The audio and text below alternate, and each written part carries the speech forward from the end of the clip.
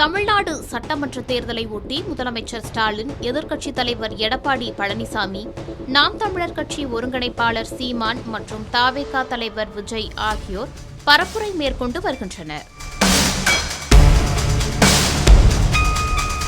விஜயின் பரப்புரை தொடர்ந்து சில இடங்களில் ரத்து செய்யப்பட்டு வரும் நிலையில் சில இடங்களில் சாலை வளம் மற்றும் பரப்புரை செய்து வருகிறார்.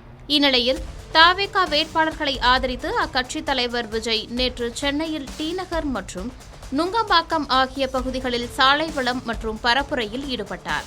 இந்த நிலையில் தேர்தல் நடத்தை விதிமுறைகளை மீறி தேர்தல் பரப்புரையில் ஈடுபட்டதாக தேர்தல் அதிகாரி சந்தோஷ்குமார் கொடுத்த புகாரின் பேரில் மாம்பலம் காவல்துறையினர் 2 பிரிவுகளின் கீழ் தவேக தலைவர் விஜய், வேட்பாளர் ஆனந்த், தென் சென்னை வடக்கு மாவட்ட செயலாளர் அப்புனு உள்ளிட்ட 3 மீது வழக்கு பதிவு செய்துள்ளனர். 2500 நபர்களுக்கு மேல் கூட்டம் கூடக்கூடாது, போக்குவரத்திற்கு இடையூறு ஏற்படுத்தக்கூடாது, ரோடு ஷோ நடத்தக்கூடாது என கூறி தேர்தல் அதிகாரி அனுமதி கொடுத்திருந்த நிலையில் அதனை மீறி செயல்பட்டதாக வழக்கு பதிவு செய்யப்பட்டுள்ளது. அரசு அதிகாரி உத்தரவை மீறி செயல்படுதல் உள்ளிட்ட 2 பிரிவுகளின் கீழ் வழக்கு பதிவு செய்துள்ளது. இதேபோல சென்னை நுங்கம்பாக்கம் வள்ளுவர் கோட்டம் பகுதியில் அனுமதியை மீறி ரோட் ஷோவில் ஈடுபட்டதால் வழக்கு பதிவு செய்யப்பட்டுள்ளது.